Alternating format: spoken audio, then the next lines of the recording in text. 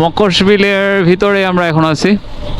এই পাশে হচ্ছে নদী, এটা হচ্ছে বংশাই নদী, আর এই পাশে হচ্ছে মকরশবিল, মানে দুইটার মাঝখানে হচ্ছে রাস্তা। দুর্দান্ত সুন্দর।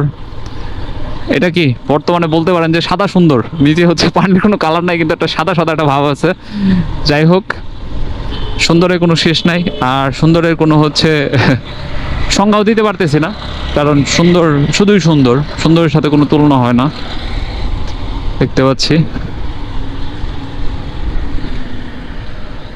এটা হচ্ছে একটা ছোটোখাটো রেস্টুরেন্ট, মানে পানির উপরে ভাসমান রেস্টুরেন্ট। ওদিকে হচ্ছে এটা ফিশারম্যান মাছ ধরতেছে, অ্যাকচুয়ালি উনি সম্ভবত জাল রেডি করতেছে। এই বিলে প্রচুর মাছ পাওয়া যায়, আমরা জানি, কারণ আমরা এর আগেও আসছিলাম, অনেকেই মাছ ধরতেছিল।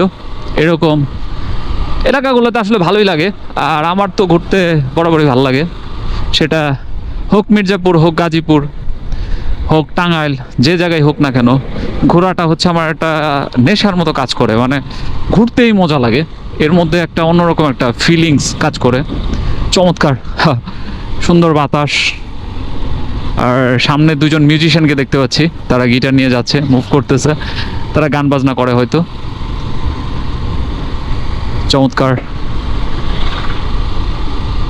সামনে আরো সুন্দর আছে, সামনে হচ্ছে আরো পুরো ভিউটা, যেই মকরশবিলের যে মানে পুরো ভিউটা, আর সামনে একটা দ্বীপের মতো আছে, ওইটা কি জানি একটা দ্বীপ বলে, এখন আমার মনে পড়তেছে না। ওই দ্বীপের মাঝখানে অনেকেই যায়, মানে চারিদিকে পানি, মাঝখানে হচ্ছে দ্বীপের মতো। আর এক ভাই হচ্ছে ভিডিও করতে করতে আসতেছে, সে হচ্ছে এত সুন্দর একটা ওয়েদার আর এত সুন্দর একটা জায়গা সে মিস করতে যাচ্ছে না। মূলত ওই যে দ্বীপের কথাটা বললাম, সেই দ্বীপটা হচ্ছে ওই যে ওইদিকে কিছু গাছ দেখা যাচ্ছে, ওই জায়গায় হচ্ছে আর একটু পানি যখন কম থাকে অনেকেই যায়। আর আমরা একদম ফাইনালি মকরশবিলে চলে আসছি। অনেকে জাল দিয়ে মাছ ধরতেছে, জালে কি মাছ উঠছে? আই থিঙ্ক মাছ উঠতে পারে, যেহেতু তারা খুব ধৈর্য সহকারে বসে আছে এবং ধৈর্য সহকারে উঠাইতেছে, নামাইতেছে এবং দেখতেছে কোন জায়গায় কিভাবে মাছ আসে। তারা বেশ বুদ্ধিমান এবং টেকনিকের সাথে মাছগুলো ধরে। চমৎকার। এদিকে কিছু হচ্ছে দোকান যেগুলো, আর এদিকে আমরা দেখতে পাচ্ছি যে নৌকা, এই নৌকা দিয়ে হচ্ছে এই এলাকাগুলোতে, মানে এই বিলটাতে ঘোরা যায়। বেশ চমৎকার করে সাজাইছে নৌকাটা, চমৎকার। যাই হোক, আমরা যদি কোনো দিন আসি, মানে এই জায়গাতে নামি, তো সেদিন অবশ্যই এই নৌকাগুলো নিয়ে ঘুরতে যাব একদম মাঝ বরাবর।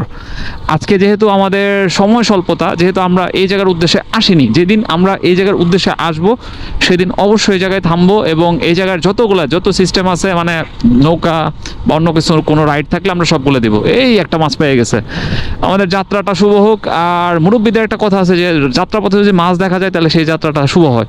ওই যে ওই জায়গাটা আমি বলছিলাম যে দ্বীপের মতো একদম মাঝ বরাবর, মানে চারিদিকে পানি আর মাঝখানে হচ্ছে একটা দ্বীপের মতো কিছু গাছ আছে, আর ওই জায়গায় হচ্ছে মাটি, ঘাস, মানে অনেকেই যায়।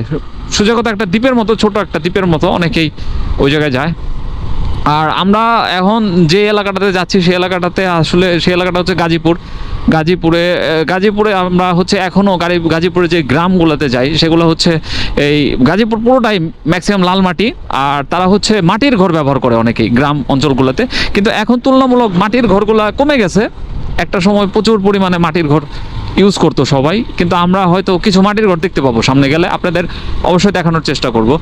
আর আমার সাথে আজকে আছে হচ্ছে, আমরা যাত্রাপথে নট অনলি আমি একা বা হচ্ছে আমার বাইক, আমার সাথে আছে হচ্ছে রাজীবদা এবং আমি আছি। যাই হোক, আজকে একটা জিনিস মনে হইতেছে, আমার বাইকের একটা নাম দেওয়া উচিত, যেহেতু আমি হচ্ছে বেশ কিছুদিন ধরে ভিডিও বানাইতেছি এই মেশিনটার সাথে। এখন আমার বাইকের একটা নাম দিতে যাচ্ছি, তো ইনশাল্লাহ নেক্সট ভিডিওতে আমার বাইকের নাম চয়েস করব।